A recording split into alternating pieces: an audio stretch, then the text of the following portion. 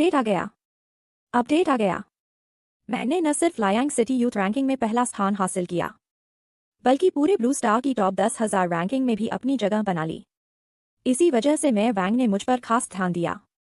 वह प्रिंसिपल के साथ मुझे सीधे कॉन्फ्रेंस रूम में ले गए।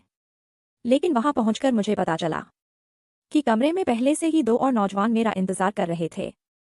उनमें से एक था लायांग सिटी नंबर 1 हाई स्कूल के होंगजी क्लास का रैंक 1 छात्र मो लेते, और दूसरा था लायांग सिटी यूथ रैंकिंग में दूसरे स्थान पर रहने वाला लियोबो।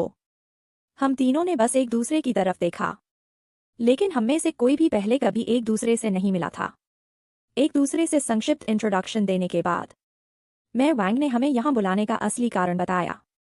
उन्होंने कहा, हमारे जियो डिस्ट्रिक्ट के अधिकार क्षेत्र में आने वाले 100 सिटीज जल्द ही क्लास 12 मार्शल आर्ट्स स्टूडेंट्स के लिए एक बड़ी कंपटीशन आयोजित करने जा रहे हैं। हर शहर अपने मार्शल आर्ट्स रैंकिंग के टॉप 3 छात्रों को भेजेगा। हर टीम के साथ लेवल 15 या उससे ऊपर का एक मार्शल आर्टिस्ट टीम लीडर के रूप में रहेगा।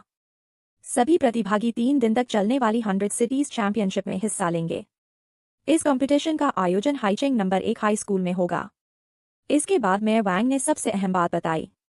इस 100 सिटीज चैंपियनशिप में जो टॉप 10 में जगह बनाएगा, उसे कॉलेज एंट्रांस एग्जाम गाओ में बोनस मार्क्स भी मिलेंगे, और साथ ही कैश प्राइज भी।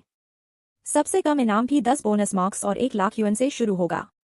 मेयर वैंग ने मुस्कुराते हुए कहा, अगर टॉप 10 में जगह नहीं भी मिली तो भी कोई बात नहीं। इस कंपटीशन के जरिए तुम अपने हमउम्र जीनियसेस की असली ताकत देख पाओगे, इसलिए अपने ऊपर ज्यादा प्रेशर मत लेना। उनकी बात सुनने के बाद हम तीनों ने बिना झिझक 100 सिटीज चैंपियनशिप में हिस्सा लेने का फैसला कर लिया। मैंने मन ही मन सोचा, अगर मैं इस कंपटीशन में ऊंची रैंकिंग हासिल कर लूं, तो मम्मी पापा को अब इतनी मेहनत करके काम नहीं करना पड़ेगा। दृश्य बदलता है। मैं होंगजी क्लास पहुंच गया।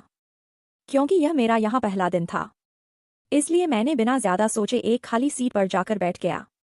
लेकिन मुझे क्या पता था कि वही सीट क्लास रैंक 10 वाले पैंग हू की थी। वह तुरंत गुस्से से मेरी तरफ बढ़ा। दोनों के बीच माहौल पल भर में तनावपूर्ण हो गया। तभी एक विशाल हाथ अचानक हमारी तरफ बढ़ा और बीच में आ गया। मैंने मुड़कर देखा। वह कोई और नहीं बल्कि वही मो लेते था, जिससे कुछ देर पहले कॉन्फ्रेंस रूम में मुलाकात हुई थी।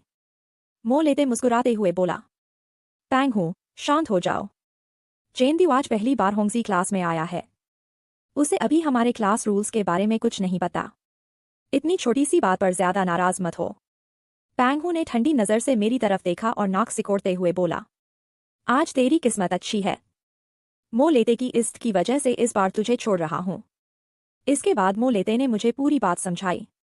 तभी मुझे पता चला कि होंगजी क्लास में सीट्स ताकत के हिसाब से तय होती है। हर महीने की शुरुआत में एक सीट रैंकिंग बैटल आयोजित होती है।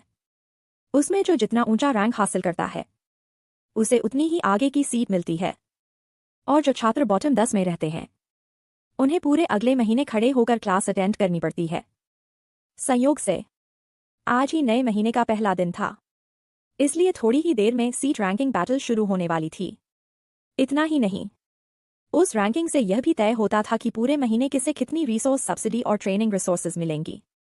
दृश्य बदलते ही हम सभी इस महीने की रैंकिंग बैटल के लिए कॉम्बैट ट्रेनिंग रूम में पहुंच गए। मुझे उम्मीद नहीं थी कि टीचर सबसे पहले मेरा ही नाम पुकारेंगे।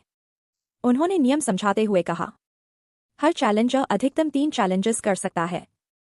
तुम्हारे कॉम्बैट परफॉर्मेंस के आधार पर मैं तुम्हें उपयुक्त सीट रैंक दूंगा। यह सुनते ही मैंने बिना किसी झिझक के कहा, मैं रैंक 12 को चुनौती देता हूं। मेरी बात सुनते ही पूरा होंगजी क्लास सन्न रह गया। क्या यह लड़का अभी अभी होंगजी क्लास में आया है और आते ही टॉप 10 के करीब वाले छात्र को चुनौती दे रहा है? कितना घमंडी है। यहां तक कि पास खड़े टीचर को भी लगा कि मैंने कुछ ज्यादा ही बड़ा लक्ष्य चुन लिया है। उन्होंने मन ही मन सोचा, मानता हूं कि इस लड़के की मार्शल स्किल्स काफी बेहतरीन है, लेकिन उसकी लाइफ स्ट्रेंथ अभी भी टॉप 10 छात्रों से काफी कम है। यह मुकाबला उसके लिए आसान नहीं होगा, लेकिन मेरे लिए टॉप 10 में मिलने वाली रिसोर्स सब्सिडी इतनी आकर्षक थी कि यह जोखिम उठाना पूरी तरह सही लगता था। आखिर रैंक 10 को मिलने वाले रिसोर्सेस रैंक 11 की तुलना में पूरे 50% ज्यादा थे। सिर्फ इसी फायदे के लिए यह चुनौती लेने लायक थी।